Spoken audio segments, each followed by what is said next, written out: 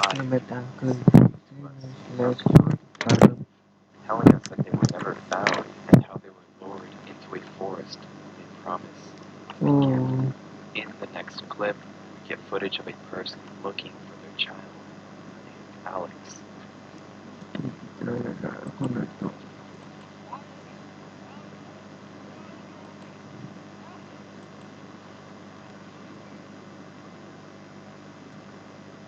With the missing poster in their hands, they run around the woods in complete despair in hopes of finding their child.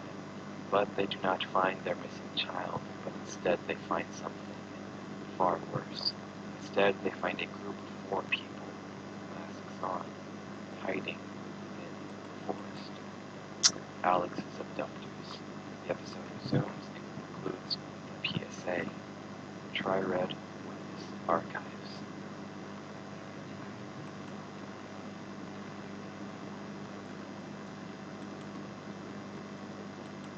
The Tri-Red Witness Archives sets the tone for the entire series going forward, with a clear threat and the victims harmed by this threat hiding in the woods. Now, what does make me curious as we do venture further into this series is the fact that it seems like no one is able to stop these people from kidnapping children. These people can't be unstoppable.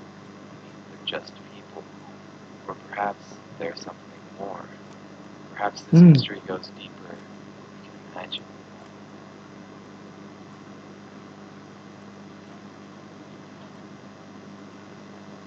The second installment in the series begins as a Channel 4 local news station. Coming up on the channel is a TV program for children called Bath Time with Mr. and Ms. Scrubby. The program begins and it features 2 sock puppets singing about bath time.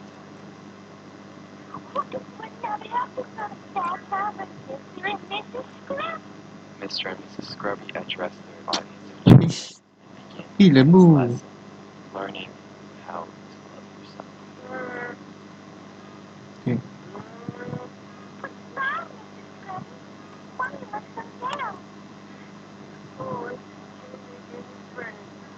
Mr. Scrubby details how they've been undergoing bullying at the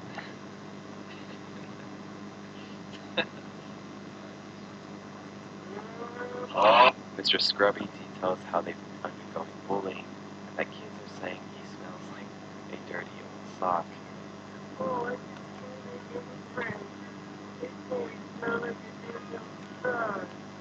For Mr. Scrubby, I think Mr. Scrubby is a fine gentleman.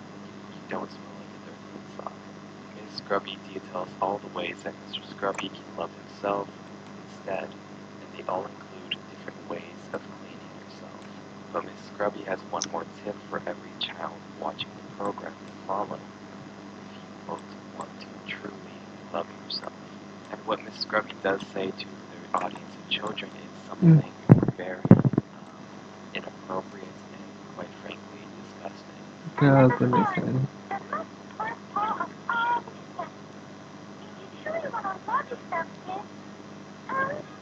But because I don't want to leave you guys' curiosity to wonder as to what Ms. Scrubby says to the audience of children, I will put this in the most censored way possible. What Ms. Scrubby is telling children watching the program to do is to damage themselves.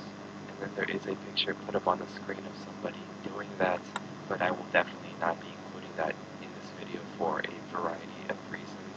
But if your curiosity is really that insane, I do have the video linked in the description below. So it truly establishes an even darker tone than the previous episode.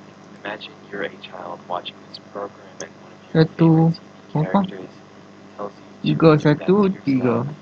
I can't imagine what that would do to a child watching a program like this. It's truly sinister as to how this program was even allowed to air. Mr. Scrubby then asks Miss Scrubby how they came up with this idea, referring to the censored advice just given.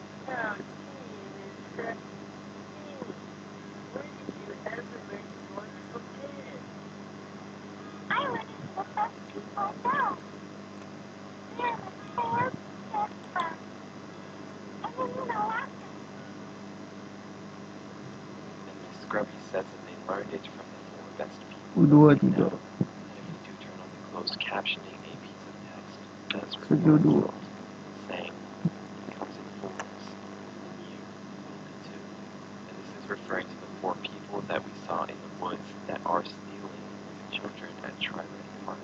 But then Miss Scrubby says this, several lines exclude.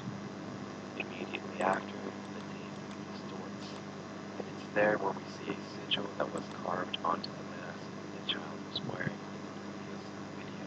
And this sigil is presumably the sigil of the four people that are kidnapping and hiding children. The video proceeds with Mr. and Mrs. Scrubby, but as they are performing their final song, the words at the bottom of the screen change. They change from rinse, wash, repeat to feed forgotten.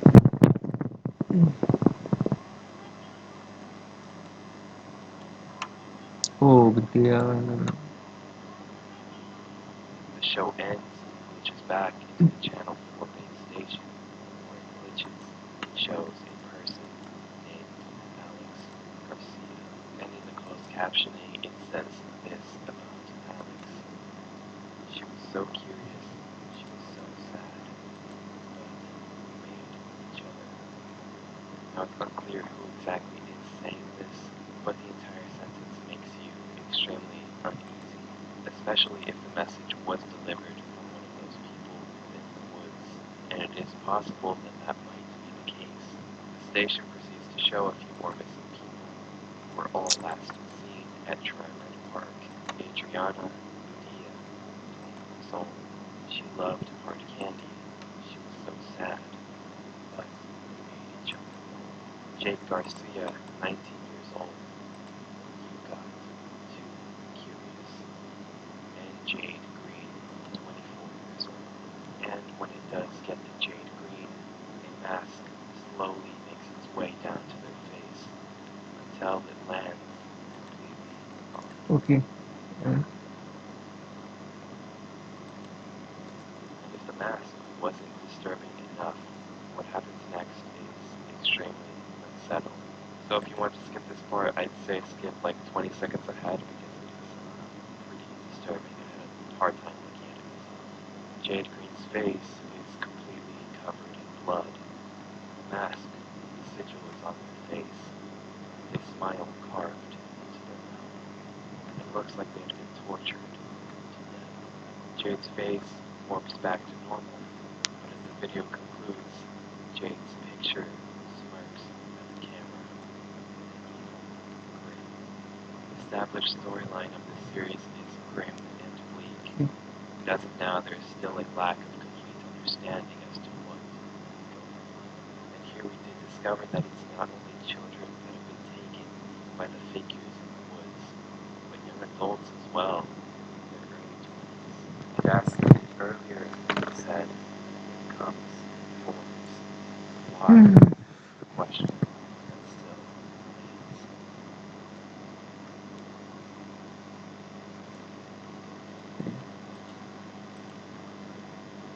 The episode begins and we see the logo of the Tri-Red County Missing Person Action Program from the first episode. And what precedes is a look at the database the program has at its disposal to aid them in searching for the missing people that have gone missing in Tri-Red Forest. The person accessing the file searches for someone with the last name Hernandez, subsequently clicking on a person named Gabriela Hernandez. And at first glance, looking at this piece of text that is Gabriela's file, it is extremely blurry and pretty much impossible to make out what it says. But going into the description of the video does reveal what the file does say. Gabriela, 18, was having a house party for her birthday. A head count of around 15 to 25 people were in attendance. My friend kept an eye on Gabriela because, as witness stated, Gabriela acted a little emotional whilst under the influence. Witness accounts state Gabriela was acting very strange, not really mingling with her peers. Strange actions of hers that night included silence, lack of emotion, pacing around, staring out of her window. Last known to her peers, Gabriela was staring out of her living room window park.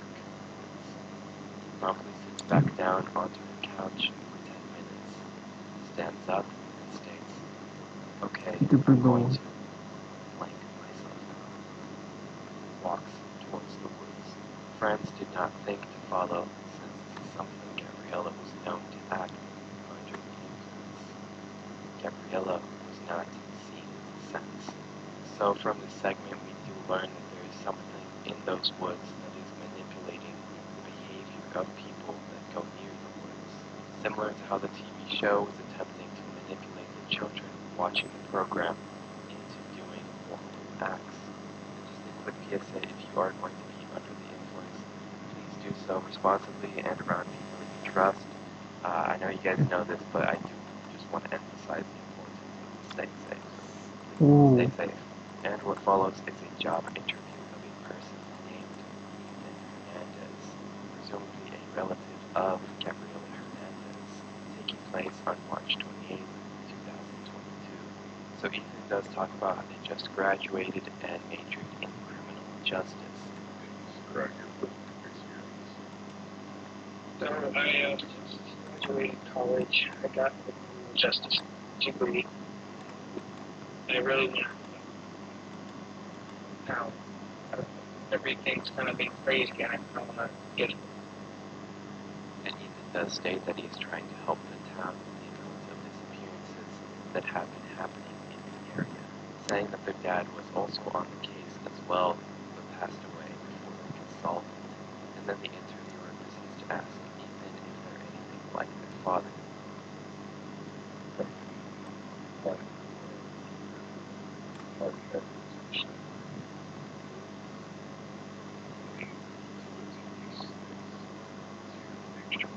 yeah.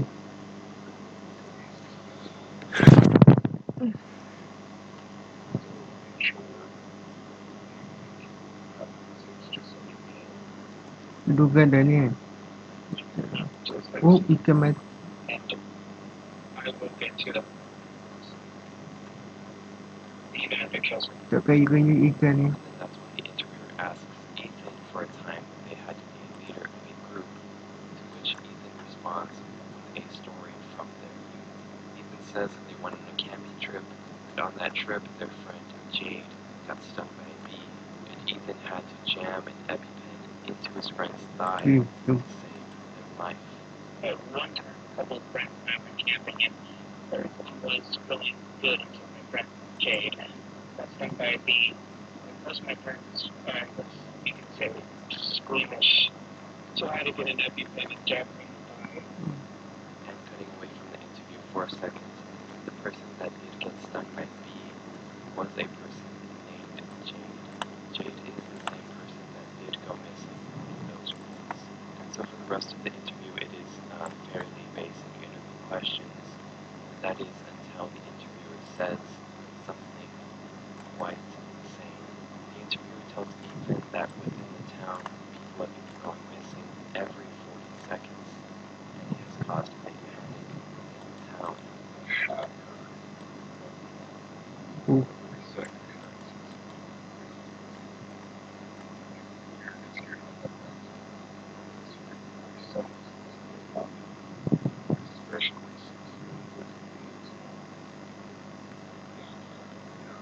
I'm sorry, but just every 40 seconds, that seems like too much. So just doing some math really quick, there's 86,400 seconds in 24 hours. So if people were going missing every 40 seconds in one day, 2,160 people would go missing every single day, which is oh. unbelievable. Ethan concludes the interview by saying that they will be the one to slow down the rate at which people have been going missing. After Ethan's interview, we are shown the work instructions now that Ethan has been hired. And in here we can see something called Project Alex. And Project Alex is named after Alex Garcia, and we can assume that Alex's father, Mayor Garcia, was the person screaming his child's name in those woods back in episode 1.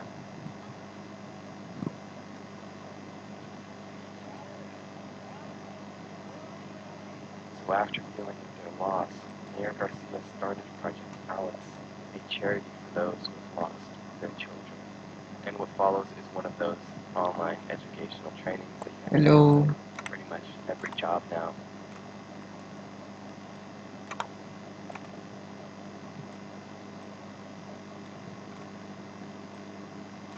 And within that training, we are shown F, C, K, Q, D, find, collect, quiet, discard. And then we are shown a list of items to discard as well.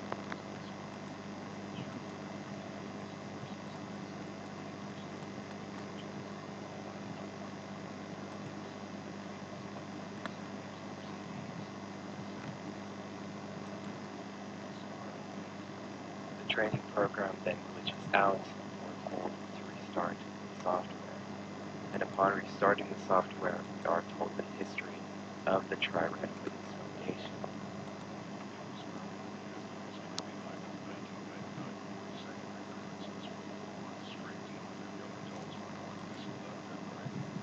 And this is what the interviewer was referring to.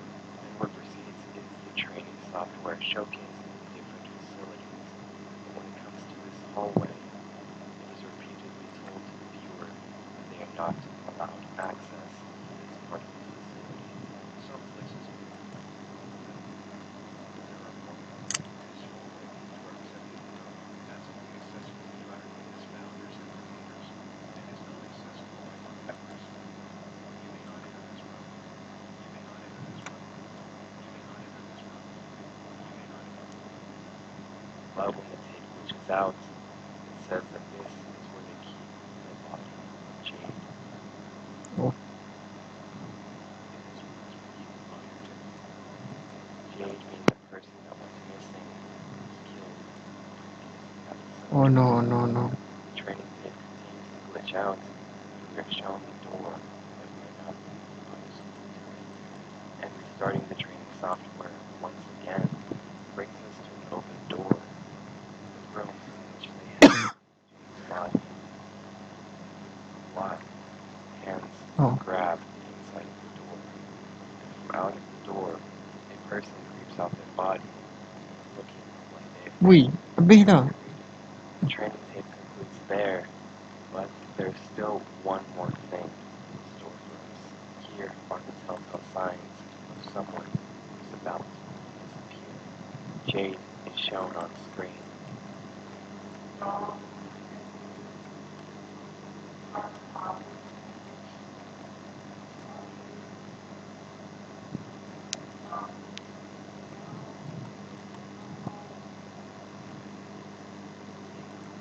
There, before cutting to the town history made by Alex Garcia. And it becomes clear that this was for a school project showcasing the different history that has occurred within the town. And then Alex talks about a symbol that is believed to be cursed from a Mexican indigenous tribe that resided in Tri-Red called Los Olmecas. The tribe wore masks to hide their faces, believing covering their face is what brought them together in harmony. Not knowing what each other looked like was a virtue to them. The series, as of now, concludes there, and it becomes clear that the town is under some sort of curse from the indigenous tribe, resulting in people going missing, people losing their lives. However, there is room for another theory, which is that 4 people lost their mind is adapting the ways of this indigenous tribe, however using those ways for purposes more sinister, for purposes to kidnap and kill. But yeah, that was the Tri-Red Witness Archives. I know there's still a lot of room for theorizing, so let me know your guys' thoughts in the comments. But yes, huge shout out to all my beautiful people. By myself, and I had no one to practice with me. So the thing that I did is that after watching every single video, I was summarizing them in my own words, and I was explaining it to an imaginary friend. I know it sounds creepy, I know that, but it works for me. But there are better options, I promise. The reason this method works is that you're actively trying to express it in your own words, and also you're checking if you understood that video.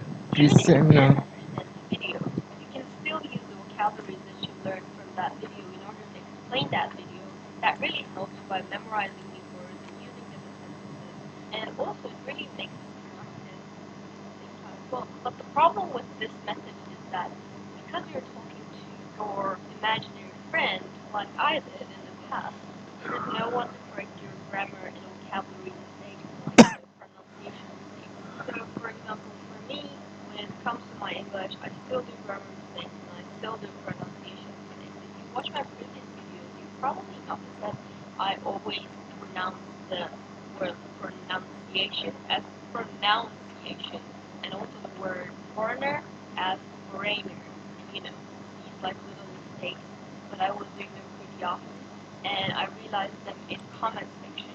You actually really need a feedback to learn something because I think it's kind of impossible to pronounce every single word correctly from self-study.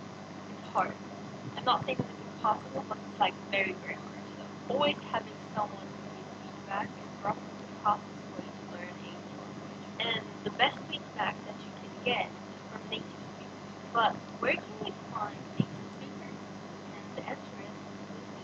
Busuu is an online language learning platform, and there you can talk to native speakers and you can get feedback immediately. The important thing is, I get a lot of comments like I learn English by watching your videos. Don't learn English by watching my videos because I'm still learning English and I'm making grammar mistakes, vocabulary mistakes, and a bunch of mistakes. And if you learn English from me, you'll probably make the exact same mistakes like me. Therefore, you need to talk to native speakers. And in Busuu, you can find real native speakers and they will correct your grammar, your vocabulary, your pronunciation from reviews. I think it's really important to check your grammar and check your vocabulary because the Oh, more you do the mistakes, the more you repeat the mistakes, the more you are likely to repeat them in the future as well. And when it becomes a habit of yours, when it becomes like some sort of pronunciation is a habit of yours or accent of yours, it's really, really hard to change. Like it took oh, me months to change pronunciation of I'm still pronouncing it in a wrong way, like pronunciation. It's actually pronunciation, but I just learned it in like a wrong way, and I cannot change it. So in order to change it, the important thing is learning it from the beginning in a correct way. Use Busuu to check your grammar and vocabulary. oh. I totally, totally recommend it to you guys. The other great thing about Busuu is that they will create you a personalized study plan. With the personalized study plan, you know exactly when to do what, and I think it really helps because it's hard to be consistent when learning any sort of language or doing any sort of thing. All you need to do is to click Busuu and do the exercise or any activity that they give you in that day. You can use Busuu for free and you can buy the premium version for additional features. I will put some links down in the description below so that you can download Busuu on your phone, etc. And thank you, Busuu, for sponsoring this video. So in Dr. Kawasawa's book, he recommends a very unique way to do an output, and it is opening an Instagram account just for your output. And basically, after you watch, read, or hear anything from your target language, you basically take a picture of it and you post it on Instagram and you write something about it. So you are doing output, and if you make them in an aesthetic way, you can probably make money as well. Of course, the main focus is not making money, but you can make money while you're outputting. So this channel, for example, is actually a great tool for me to do some outputs because I'm actively trying to talk in English and I'm actively trying to express myself in English. And it really encourages me to learn English more and hear English more because I read in English, I talk in English, I think in English. And if you watch my previous videos, you probably noticed that my English got much more better, in my opinion, and it's much easier for me to express myself in English. I used to like spend hours to film a video, and now I'm just like casually sitting here and talking to you guys. So I highly, highly recommend opening maybe a YouTube channel, maybe an Instagram account. Opening a YouTube channel is pretty hard because it takes ages to edit, but if you open an Instagram account and just like Shabu. randomly talk, it doesn't take that much time, and I think it's just like a Kita what we berpikir could say baru. the time while like scrolling, and I think it's just the correct idea to try with it. So the second problem that we have is that lack of courage. So if you're not fluent in English or in any sort of language, you may be scared about the possibility that others can make fun of you. Unlike other YouTube videos, I'm not gonna tell them nobody's gonna make fun of you, it's totally okay, everybody makes mistakes and those things. Because the reality is, yes, people actually will make fun of you. For example, on this channel, people make fun of me as well. I get like every single day comments like, you pronounce this word blah blah wrong, you said this blah blah wrong, it's not like that. How can you say that you're polyglot, blah blah blah. And also, people will like make fun of your accent, they will tell that it's so bad, they cannot listen it, it's so annoying and all that stuff. People will tell you actually. I'm sorry, but that's the reality. And most of the time, people that make fun of your accent can only talk like in one language and they're still making fun of other people. I just like don't get it. Like why? Why? Any language learner will probably know that non-native speakers can make mistakes while talking their non-native language because it's not their native language. But monolingual people, I don't know why, will make fun of you. But the important thing is that what you think about yourself. If you love your accent, and if you think that you can improve it, or if you accept it in that way, it's totally fine. And don't care about what others says. It's easier said than done. I know that. But by the time more you put effort into your language skills, you will be more confident and you will start to not care about them. Because at the end of the day, they can like speak only one language or so, and why would you even care about them? Also, it's not your mother tongue. Of course, we're gonna make mistakes. That's totally okay. There is no need to be perfectionist at all. The more you become a perfectionist, the more it takes you to actually take the action and do something. We're not perfect. We will never be perfect. Never ever be a perfectionist.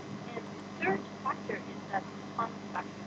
If you're learning a language and you are a perfectionist and if you're trying to talk that language perfectly, you'll probably forget to have fun while learning that language. When I was learning English, I was pretty hyped up because I was trying to understand James Charles, and that was the only reason why I was learning English.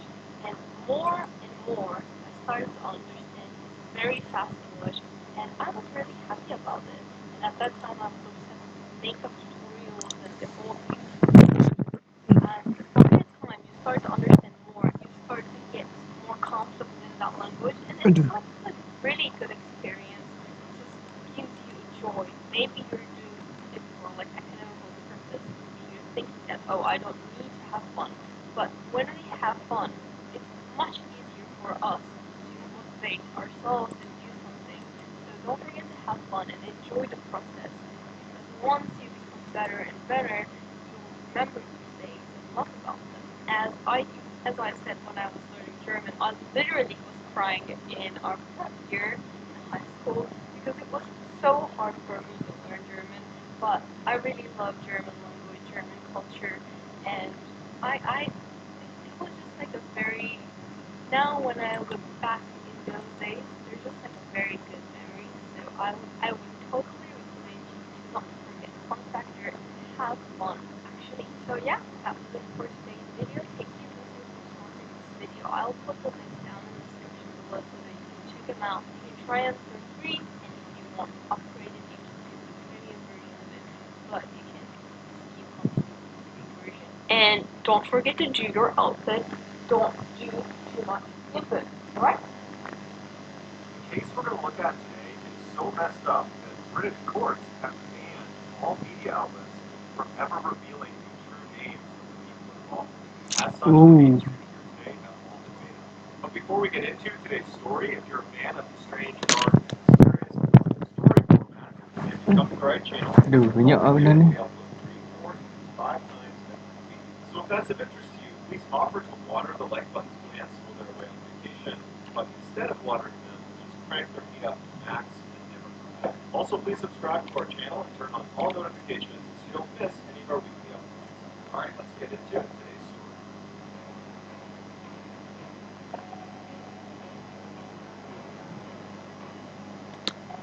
Aduh. On June 29, 2003, a 14-year-old boy named John and his best friend, a 16-year-old Mark, were walking in this back alleyway behind a row of shops in Manchester. Mark had asked John to go back there, to which John was a little bit confused because it's just a dead end back there. But he went back there anyways because he figured, Mark must have a reason. And so they're walking along this alleyway, and Mark suddenly comes to a stop. He turns to face John, and John's looking at him inquisitively, and Mark reaches out and grabs Okay. John's shoulder before pulling out a huge knife and drives it into his stomach and says, "Sorry, bro." Pulls it out again, drives it into his chest before releasing it and letting John fall. As soon as John hits the ground, he looks up at Mark and says, "You're killing me." And Mark says, "I had to do it. If you knew all the details, you would understand." And so after only a couple of minutes, John goes quiet, is laying still on the ground, and Mark will stand there just waiting for about 20 minutes until sure that John really was dead before calling authorities and claiming some madman snuck up behind them and attacked his best friend. We've got to send an ambulance as fast as we can. When the ambulance Yang arrived, berdiri itu Mark's boleh tapi horror, tak ada they were able lama. to Ayah keep ada Mark dah. alive. They were able to get him to a hospital where he nearly died twice on the operating table, but he ultimately was able to recover. And when John was well enough to speak, he could tell police that Mark was the guy who attacked him, but he had no idea why. When Mark was confronted with his allegations that he was the one who attacked John, he quickly confessed. Police thought it was a strange case, but he pretty openly shut, and they arrested Mark for attempted murder. When investigators began digging into the motive behind this attack, they, along with Mark, were not prepared for the totally bizarre story that unraveled. The judge in this case was saying well-schooled fiction writers could not come up with the plot of this real-life story. So this crazy story starts 4 months before the stabbing in February of 2003. In February of 2003, Mark was a 16-year-old student who was also a part-time dishwasher at a restaurant near his home in Manchester. Mark had okay grades, but even by his own account, he was nowhere near an average student. In fact, he was quite sympathetic. He was very close to his family, who all lived in a very large home in a very fussy neighborhood. By all accounts, Mark was living a very ordinary life. That year, Mark discovered an online chat room for teens in Manchester, England. It was designed to make friends, talk about fashion and sports. And initially, when he walked into this chat room, he could just watch it. It wasn't really. But over time, he became a very active user. In fact, he became totally obsessed with his chat room and basically put everything else in his life on the back burner to the point where his grades were tanking and he was staying up all night because it really took over his life. Also, in February of 2013, John was a 14-year-old student who lived in Manchester, England, but not near Mark, and at this point, he had not met Mark. He was incredibly intelligent, polite, charming, and he was an excellent, excellent student, and he went to a very, very prestigious school. So while John's academic life was going well, his home life was kind of in shambles. His mother had a series of really crappy boyfriends that always left, and always left her feeling very depressed. It was just a very sad environment around his mother. And John, unfortunately, had grown up believing one of his mother's ex-boyfriends was his biological father. And even though this boyfriend had abandoned the family, John at least knew who his dad was. When he found out his biological father had actually abandoned him when he was a little baby, he had no way of figuring out who his dad even was. John really wanted to escape his family. He wanted to just live somewhere else, have an adventurous, happy life away from all the sadness and depression he was around all the time. And so it was in that frame of mind that he discovered this chat room, the same one that Mark had discovered. Although they don't know each other yet, they're both entering the same chat room. John's initial interest in this chat room was not nearly as high as Mark's was. Mark pretty much immediately became obsessed with being in this chat room.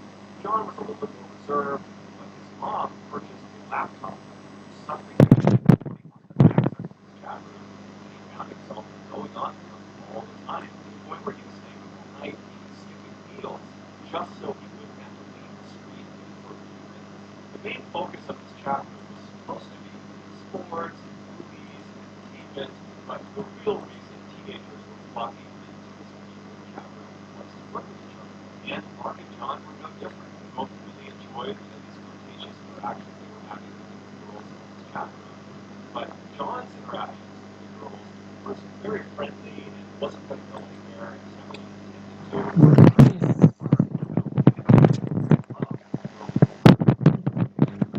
Rachel was a 16-year-old living in Manchester, England,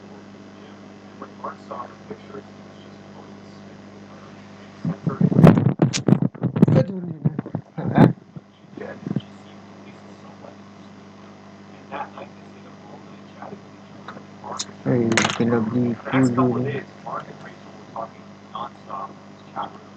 And at some point, Rachel says, "Hey, I really want to introduce you to this guy I met on this chat. He Mike reminds lagi me a lot pedang. of you. I think you Ayam guys pun. really want to meet.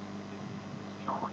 And Mark was like, "Okay, cool." So Rachel introduced him to John, and they hit it off right away. And the three of them formed their own separate chat thread outside of the main chat room. And very quickly, through this separate chat thread that they were on pretty much 24/7, Mark and John become best friends, and Mark and Rachel fall deeper and deeper in love. Every time John and Mark were in this chat room, they would use a webcam, but Rachel didn't have one. And initially, that really frustrated Mark because he wanted to see his girlfriend all the time. She said she didn't have the money to get one, and then she said she was shy. So Mark's getting frustrated, but she said, "Mark, come visit me. You don't live that far away. You can see me in real life, in real time." So initially, Mark's excited. He was talking to John about how excited he is to go see his girlfriend, and then he gets cold feet and makes an excuse and doesn't go. Rachel's disappointed, but she asks him again a couple more times if he'll come visit her, and every time he would agree, and then he would totally chicken out. But after the last time he canceled on her, he finally got the courage up, and he invited her to come visit him. And this is when she started getting cold feet. They kind of went back and forth until they basically stopped asking to visit each other. They just decided that their relationship was going to go fine, and no other way forward. About 3 months after Rachel, Mark, and John had started their own separate chat thread, a new user popped up inside the main chat. Fairly controlled group, so it was pretty easy to tell when there was anything added, and this individual only wrote the name Kevin. So he stood out as his name was Kevin, and told the group that he was a stalker, Oh, and tidak he dapat had tu. a foot fetish. They thought this guy was pretty weird, but they figured it was just some different potential individual. But shortly after Kevin's arrival, Mark would get a private message from Kevin that said, "I know you're Rachel's boyfriend. I'm your stalker." Mark didn't know what to do, so he just went to Rachel and he said, "Hey, I got this strange email from this guy named Kevin. He referred you as a new stalker." And Rachel kind of made light of it and said, "Oh, just ignore that guy. I don't know what that's about." John didn't know anything about it either, so Mark just started ignoring him. And then one day when Mark logged into his chat room, Rachel wasn't there. Now, Rachel always logged in at the same time as Mark did, and John knew it was very rare that she would be there. And so Mark asked John, "Do you want to talk to Rachel today?" And he said no. And then Mark went into the main chat room and he asked some people there if they could see Rachel and talk to her, and they said no. And that's when Mark went into his email and deleted another message from Kevin. This message again was about Rachel, but this time Kevin is saying he actually has Rachel's hostage. And the only way to get a release her is if Mark lets Kevin look at his feet. Again, because of foot fetish. And so Mark, interestingly, does not go to the police. He doesn't tell anyone about this. He just says, "Okay, I'll do it." Lets him see his feet. And Kevin writes back saying, "Okay, I've released Rachel." Later that day, Rachel came back online and she thanked Mark for what he did, but she felt really bad that he had to be kind of humiliated in that way. And she said, "You know what, we really need to see each other face to face. I want to apologize to you and give you a hug." And so they decide the next day they're going to meet up finally in town together. But the next day when Mark went to the rendezvous point, Rachel didn't show. In fact, after this missing meeting, Rachel never contacted Mark again. She just vanished. When Mark got back to his computer, he asked John, "You have to talk to Rachel?" And he said no. And he went into the main chat room and he asked around and nobody heard from Rachel. And a couple of days later, after this continued silence from Rachel, and Mark's really upset about this, he notices a rumor being passed around in the main chat room about how apparently one of the members of this chat room abducted and killed another member of the chat room. Mark says he needs someone to know anything about Rachel. But almost immediately after this rumor was announced on the main chat, people started chiming in that they think it could be Kevin, the guy who writes No Pink, the guy who thinks he's a stalker and stole Rachel. And they both logged out around the same time and had not logged back in again. They were the only ones in this chat room that were back connected.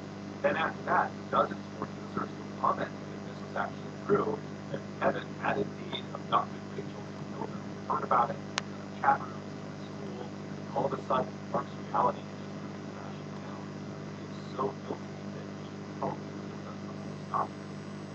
But then, interestingly, even though Mark was devastated, just crushed by what had happened, he just continued to log into the chat room and acted like nothing had happened. And John picked up on this strange behavior and began kind of delicately asking him, "Is everything okay?" But Mark made it clear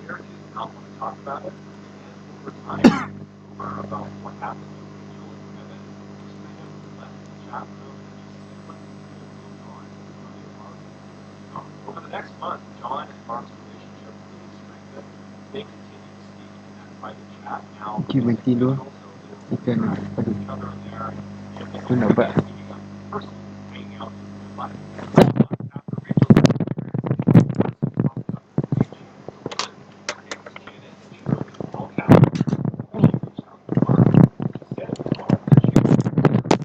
married, she was 44 years old. She was a real estate agent, but secretly, she was a spy for the British.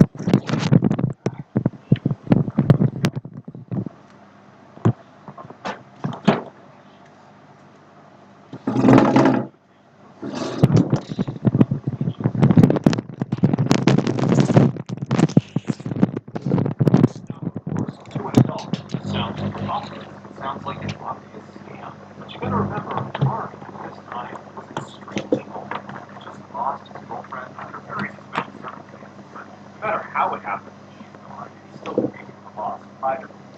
And he's just not a very bright Okay, person. tak. He's kind of Okay. lying. Aku punya ada. Lah. She was promising him all the things he wanted in life. Status, money, romance. And so even though he didn't necessarily believe everything Janet was saying, he wanted to believe her, so he went along with it. He did not tell John about his interactions with Janet, perhaps signaling that he didn't fully believe it. Okay. He was embarrassed to give away details, but Oh.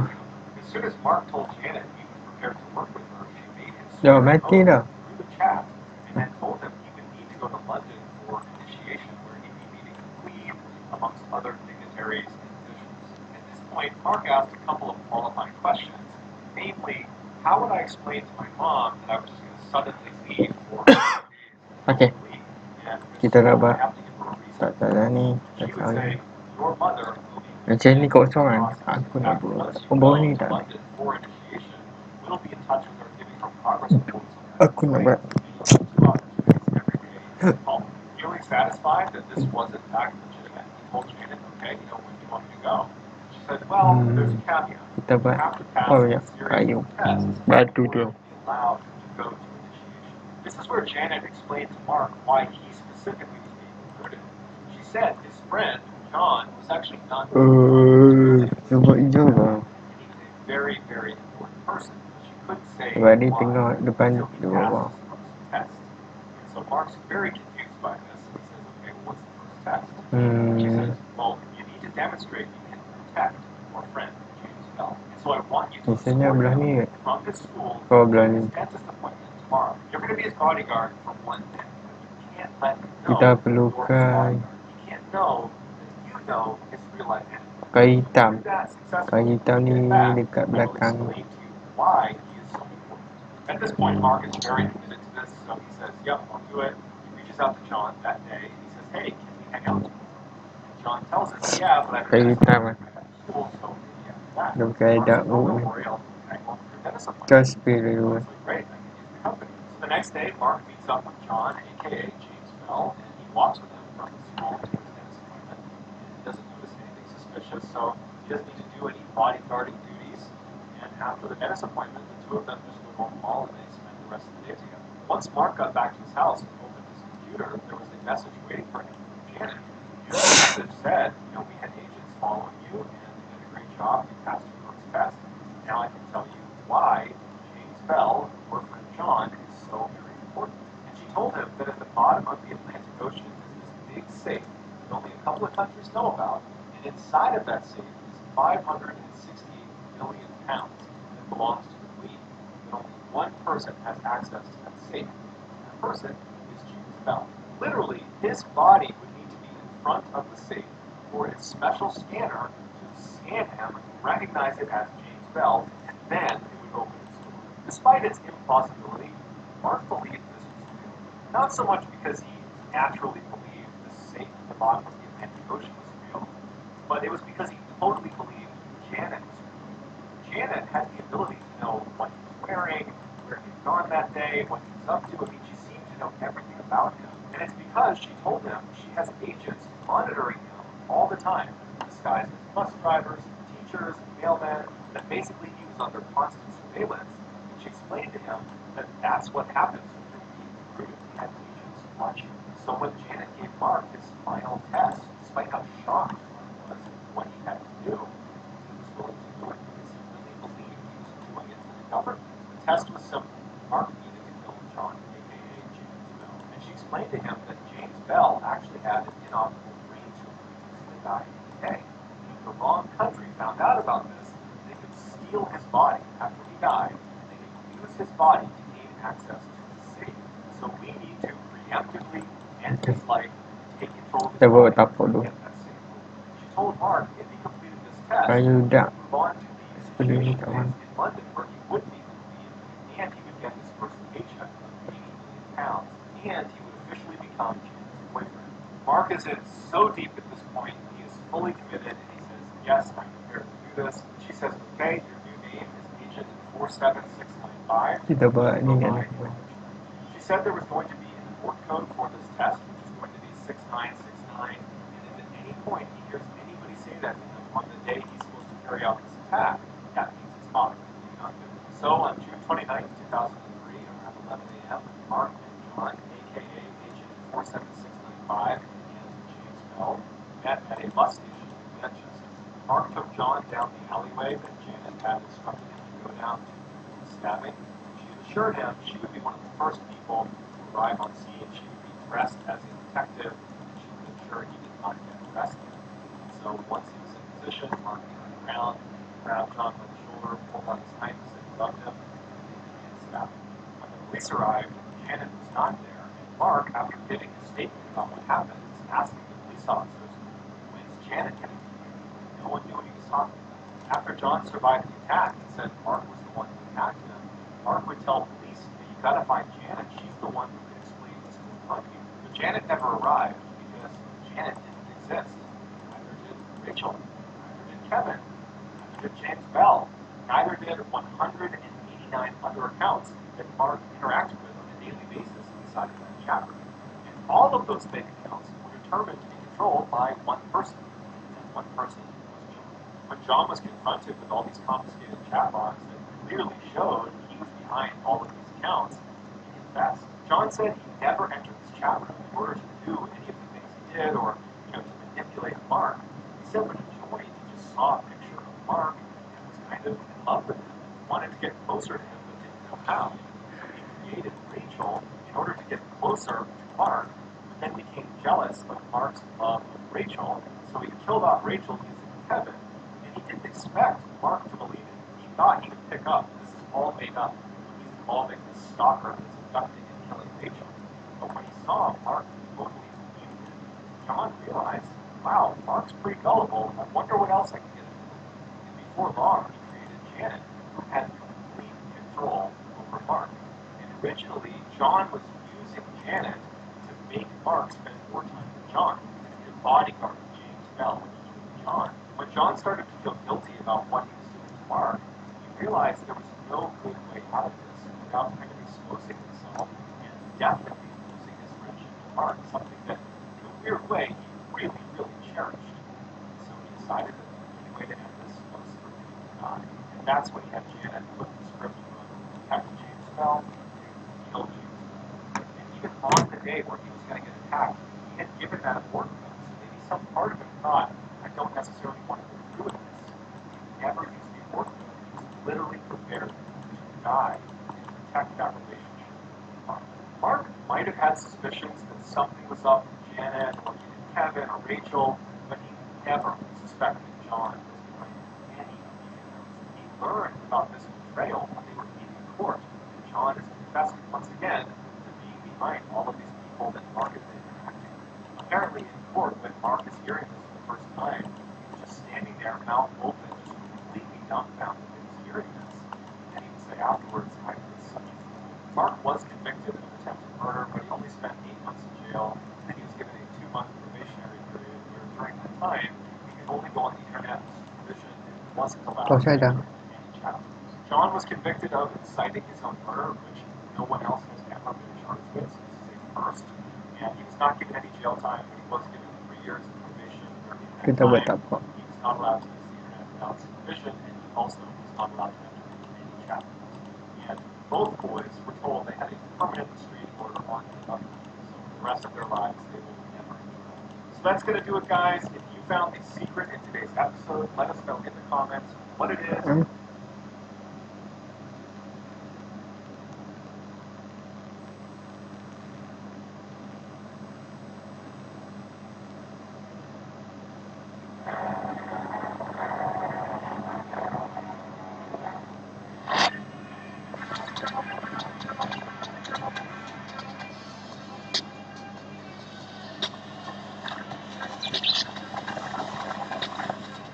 What if events went differently? What if Thanos invaded directly in 2012 instead of waiting till Infinity War? How would this change the entire timeline of the MCU? Without wasting any more time, let's dive right into the highly requested MCU fanfiction. In this fanfiction reality, the Avengers were rallying in defense of New York City, with the Chitauri fleet being summoned by Loki with the Tesseract. A wormhole opened above Stark Tower, and Loki's invasion on Earth soon began. Elsewhere, aboard the Centauri 2, Gamora tells Thanos that she has returned from her mission and has acquired the location of the Soul Stone. The Soul Stone was located on the planet Vormir. In the original timeline, Gamora kept this as a secret as she was hesitant to agree with Thanos' genocide plan. However, in this reality, Gamora wanted to impress her father even further and told her of the plans. With the knowledge of the location of the Soul Stone known to Thanos, Thanos told the Black Order, Gamora, and Nebula that they will be invading Earth instead of waiting around for Loki. Thanos said that he could not trust the God of Mischief to hand him the Space Stone and the Mind Stone. At New York, the Avengers were battling the Chitauri while evacuating the civilians. Just then, another dark portal emerged. Tony was unsure as he thought that the entire fleet of Loki's army has arrived. Even Thor was uncertain. They saw a huge spaceship emerging from the portal alongside with other mini spaceships, which were huge ships that were hosting Thanos' army. Thanos, Gamora, Nebula, and the Black Order arrived at New York. The Avengers regrouped again, and Loki was shocked to see that the Mad Titan himself has arrived. Loki then approached Thanos and asked why he came so soon. Thanos replied that he has all the answers he needed to complete his gauntlet and that he couldn't trust Loki to complete the job. Loki tried to bargain with Thanos, but Thanos was aware of the God of Mischief's capabilities. Loki attempted to trick Thanos by projecting a false image of himself, pleading to Thanos for a second chance. While he went behind Thanos to stab him with his dagger, Thanos knew that this would happen and Gamora struck Loki down before he could. Thanos then grabbed Loki by the neck and choked him to death in front of the Avengers. The Avengers were horrified that Loki was easily killed by Thanos. Thanos then declared himself as the savior of the universe because when all the stones are completed, he would be able to restore balance to the universe by snapping the stones.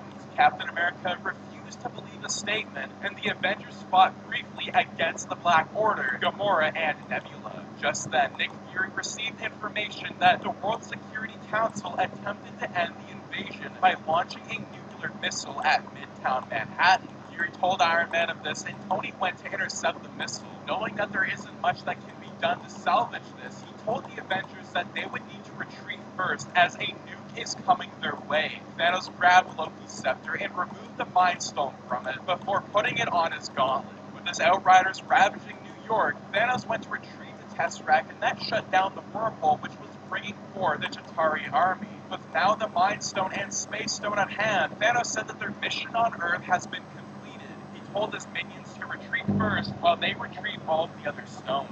Tony managed to intercept the nuclear missile which was heading down Manhattan, and he threw it into Thanos' spaceship. The nuke destroyed several of Thanos' Q-ships, but it wasn't enough to destroy his main spaceship, the Sanctuary 2. The spaceship then shot back up to space and disappeared. New York was left in ruins, and the Avengers were beaten badly. They lost the Space and Mind Stone, and there is a bigger threat to the universe known as Thanos. Nick told the Avengers to regroup first. As Gamora was on Thanos' side the whole time, the Guardians of the Galaxy were never formed as they never met each other. Thanos then dispatched Ronan to retrieve the Power Stone on the planet Morag. However, he did not inform Ronan that he has already acquired 2 of the other stones from Earth, the Mind and Space Stone. As in the original timeline, Ronan managed to acquire the Power Stone after he retrieved received it from Tavin, who originally held the stone in the orb. Ronan first contacted Thanos that with the Power Stone he would kill Thanos after destroying the planet Xandar. Aboard his flagship, Ronan was about to embed the Power Stone on his Warhammer before Thanos used the Space Stone and emerged behind him. Ronan was shocked to see Thanos at his spaceship, and Thanos told him that he was betrayed by Loki and knew that Ronan was untrustworthy. With 2 stones at his hand, his conquest on the rest of the stones is imminent. Gamora and Nebula then stabbed Ronan, killing him, before Thanos put the Power Stone on the gauntlet. 3 in his possession and around 3 to go. The Time, Soul, and Reality Stone. Meanwhile, a year has already passed since the invasion on Earth, and Thor has returned to Asgard and consulted his father Odin about what happened to Loki and on Earth. The events of the Dark World would play out the same, almost like the original timeline, with Jane Foster being infected with the Ether, and Thor would battle with Malekith. The only difference is that Loki would not aid Thor in his battles as he was already killed by Thanos.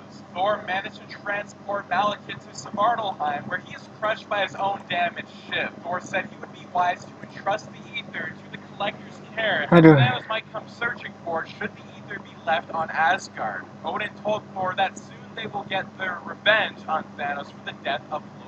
On Earth, Age of Ultron's storyline and vision did not happen due to the absence of the Mind Stone. Wanda and Pedro would not have been exposed to the energy from the scepter, meaning that they would still remain as normal beings. Bucky would still appear in this timeline as the Winter Soldier, and in the timeline it would still play out the same. However, this time there wouldn't be the Sokovia Accords, as Sokovia was not involved in any way. Thanos now has already acquired the Power, Mind, and Space Stone. Just as in the original timeline in Avengers Infinity War, Thanos traveled to nowhere after knowing that the Reality Stone was stored there. Earlier, after the Warriors 3 handed the Ether to the Collector, they placed a special beacon near it that would trigger should anyone who attempts to remove it. With Thanos approaching, the beacon ended up triggering in Asgard. Thor said that he had waited for years to have his revenge on Thanos. However, Thor here does not have the Stormbreaker, but he instead has his hammer, which was still intact. Odin dispatched Thor and the Warriors 3 and the Royal Asgardian Knights to defend the Reality Stone. As Thor arrived at nowhere, he saw Thanos trying to retrieve the Reality Stone. Thor then charged towards Thanos while Gamora and Nebula fought with the Warriors 3. Thor continued pummeling Thanos with his hammer and eventually was about to pin down Thanos. He told Gamora and Nebula to stand down as he has the upper hand. Thor then took Mjolnir and smashed Thanos' face until he pulverized him. Gamora and Nebula merely watched in horror as this unfolded. Thor said that his revenge for Loki is finally achieved. However, just then, Thor and the Warriors 3 heard Thanos laughing.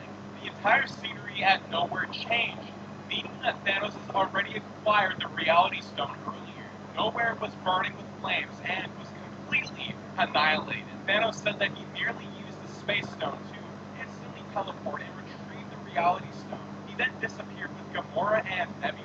Thor screamed in agony and vowed that this isn't over yet. Thor then returned to Earth and told the Avengers that Thanos has gotten 4 of the stones. It is just a matter of time before he acquires all the rest of the stones.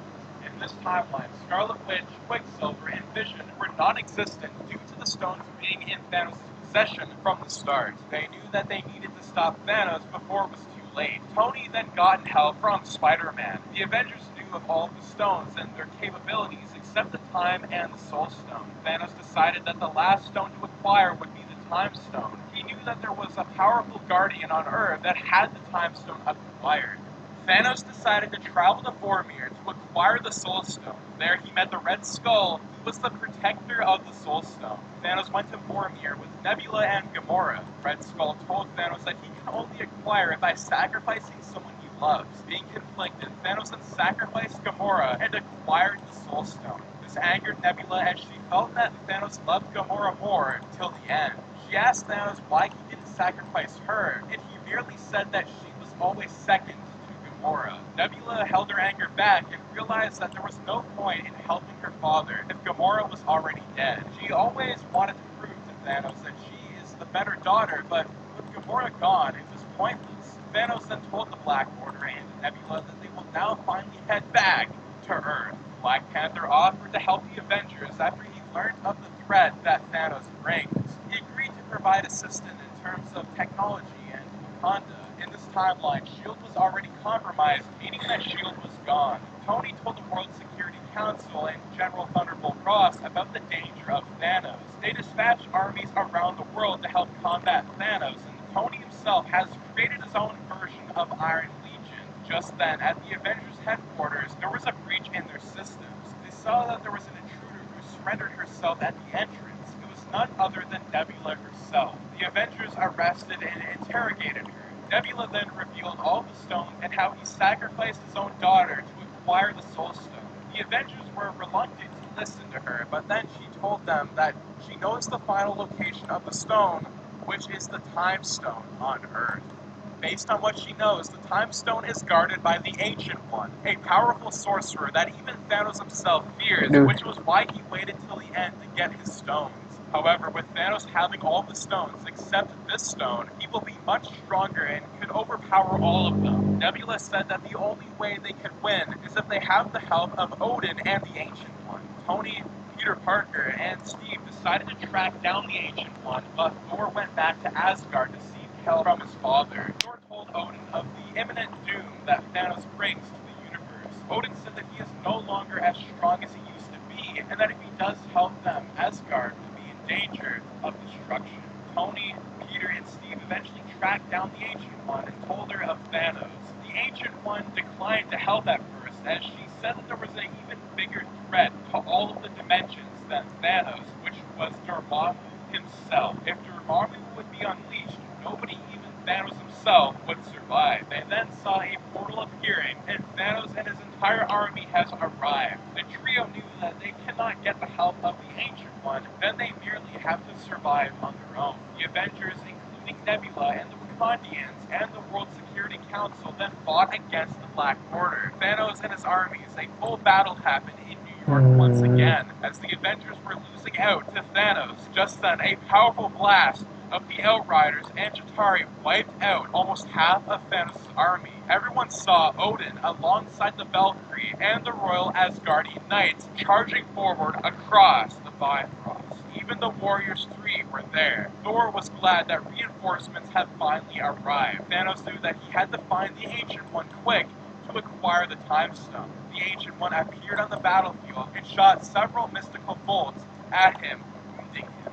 Tony was surprised to see her helping and asked her why. She merely replied that although she only deals with mystical threats, but anyone who attempted to steal the Eye of Agamotto is also a great threat. Thanos fought against Odin and the Ancient One, while the Avengers were occupied with the Black Order and Thanos' goons. Thanos then used the Power Stone to lift Stark Tower before sending it crashing onto Odin and the Ancient One. After an intense battle between them, Odin and the Ancient One managed to restrain Thanos while the Valkyrie held him down. Tony blasted tons of missiles to weaken Thanos, while Thor struck multiple lightning bolts on Thanos. Thanos then used the Space Stone to teleport himself alongside Tony, Captain America, and the Ancient One, and Odin across various places to battle with them. Every time he was being conquered, he would then use the Space Stone to bring the battle to his advantage. Eventually, he was left to face Odin and the Ancient One back in New York City. Thanos then used the Power Stone to amplify his strength and punch the Ancient One, knocking her off when she attempted to bring him into the mirror dimension. Odin knew that he needed to stop Thanos, as the Ancient One was lying injured badly. He then decided to use the Odin Force to stop Thanos once and for all. The Odin Force was unleashed from Odin's spear Gunker, and Thanos was weakened badly.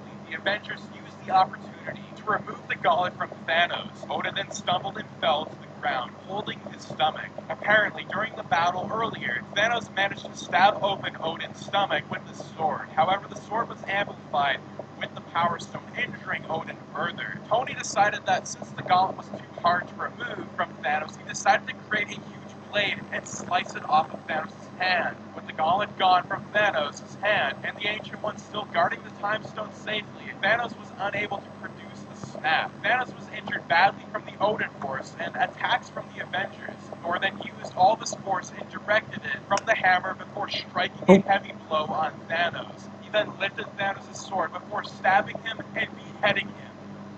The Black Order was also defeated by the rest of the Avengers and the Valkyries.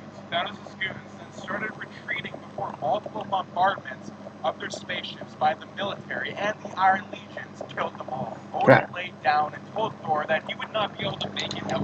Aku nak buat.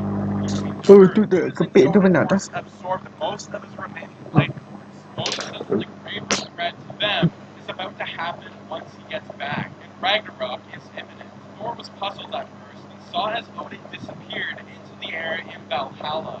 The Avengers took hold of the gauntlet that had the 5 stones. They were uncertain of what to do with them. Thanos and the Black Order were killed, while most of his minions have been wiped out with the bombs. Just then, they felt a shivering run down their spines. A portal opened near where Steve was holding the gauntlet. Hela, the first child of Odin, appeared from the portal and said that Odin's passing has released her seals from her prison, and now she is free. She said that Odin did not continue to expand the 9 realms and imprison her when he felt that she was too much for him. However, with now Odin has passed on, she can continue his legacy. Thor threw his hammer at her before she easily crushed it like the original timeline. She grabbed a hold of the gauntlet that contained the Infinity Stones before crushing the gauntlet with her bare hands. Hela told the rest of them that Ragnarok is imminent, and these so-called Infinity Stones are nothing but child's play. The Avengers and the Ancient One watched as Hela resurrected her undead army from the ground. Hela then proclaimed that the conquest of the other realms will begin, starting with Midgard. And that is going to be what if Thanos came to Earth and invaded in 2012? That was an intense and highly requested fan fiction. I think this is probably one of the best, if not the best fan fictions that I've ever done in a very long time. I think the storyline was very well written. I really hope you guys enjoyed it. I hope I did a really good job tying in a lot of the things. Let me know in the comments down below what you guys think about it. And if you guys want to see more, do make sure to request in the comments down below, because I will be taking a ton of more requests. If you guys are new to the channel, do make sure to subscribe, like, share, and turn your notifications on so you and your friends are all up to date with latest content. Anyways, as always, guys, thanks for tuning in, and have an amazing day.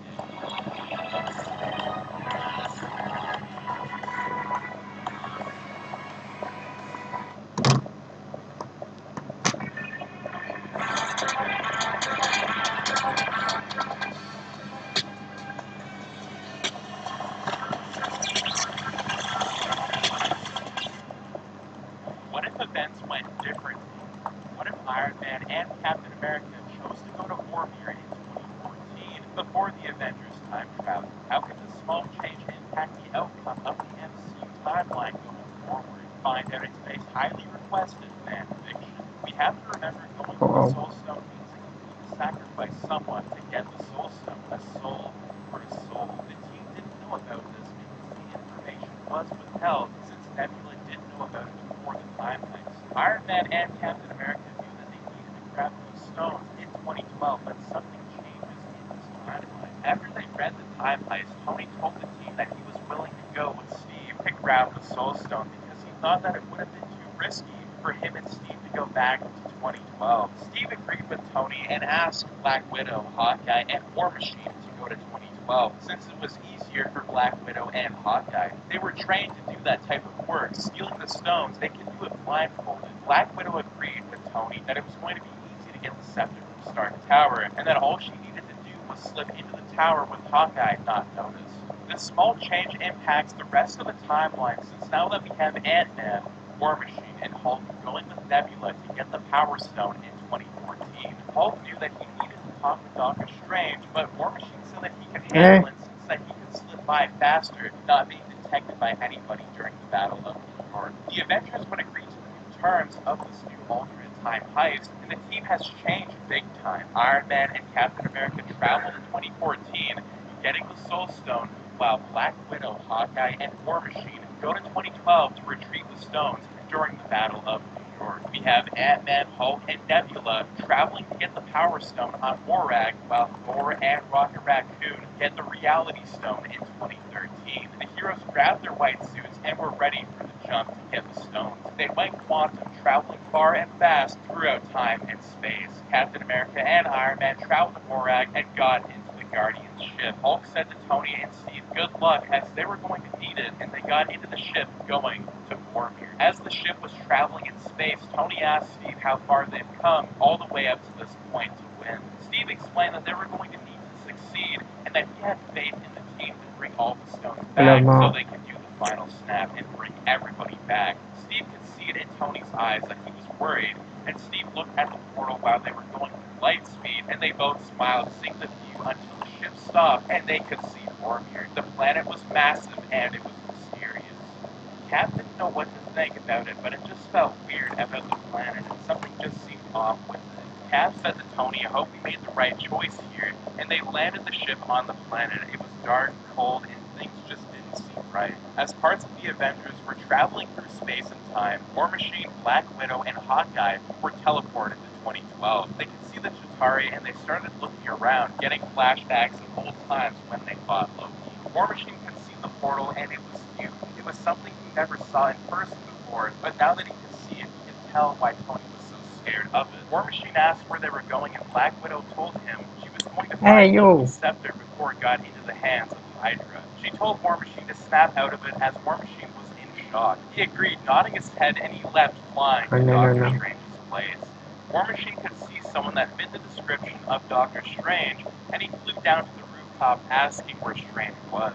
He wanted to open the door, but he was pushed back by the Ancient One. She asked what he wanted and why he was there, but War Machine said Strange was around here somewhere, and the Ancient One told War Machine that he was a few years too early, and that he was performing surgery down the street a few blocks away. War Machine could see the stone around her neck, and it was the one that he was looking for.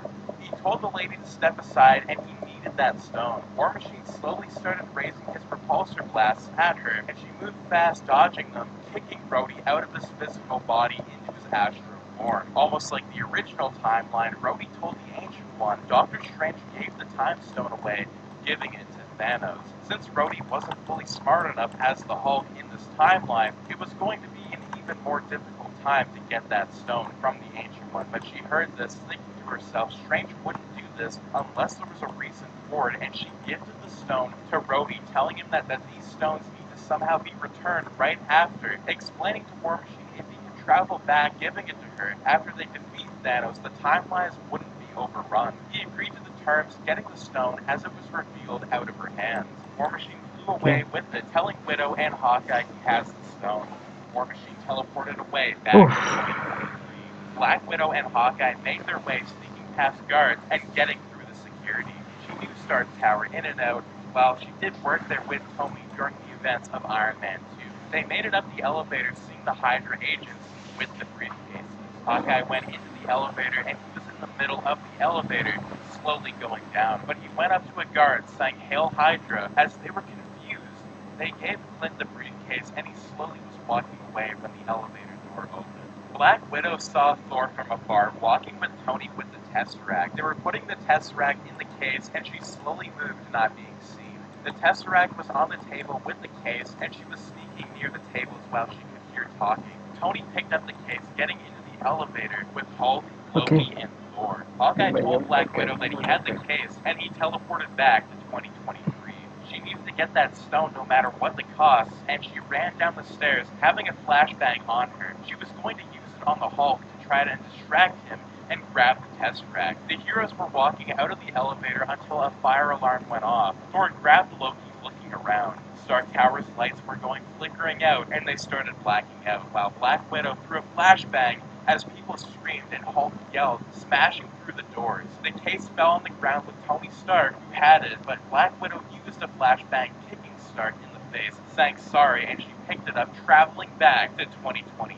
All of the events in 2013 would happen the same, with Thor going with Rocket to grab the Reality Stone from Jane Foster. They still successfully got the stone, extracting it from Jane's body, but like the original timeline, Thor would still grab his hammer, and he would talk to his mother, getting the strength to slowly come back. Rocket and Thor traveled back to 2023, successfully getting the stone. Ant-Man, Nebula, and Hulk could see Star-Lord dancing, and Hulk used a massive clap, knocking him out. He fell to the ground incapacitated, and Nebula used her metal arm to grab the Power Stone through the shield. She gave it to the Hulk as he looked at the stone, getting a flashback of him being defeated as he could see Thanos choking Loki out and Thor screaming.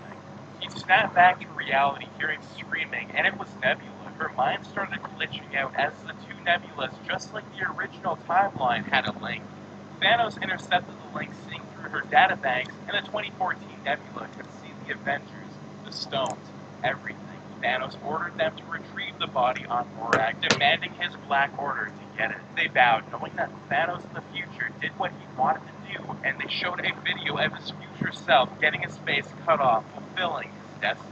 Hulk looked in the distance to see a massive ship enter the atmosphere. Star-Lord slowly got back up, seeing Hulk, Ant-Man, and Nebula, and he didn't know who they were or what was happening, but Star-Lord started attacking all three of them, and Hulk was caught off guard, having his suit shot at multiple times. He smashed the ground, and it started cracking, throwing Star-Lord to the ground, and Star-Lord was knocked out once again. Thanos' Black Order teleported from below, and they could see Hulk, Ant-Man, and Nebula. Hulk yelled at Ant-Man to travel back, and that they were going to be compromised if they didn't do this. He threw the Power Stone towards Ant-Man, but he missed it, not catching the stone in time. They were both teleported back to 2023.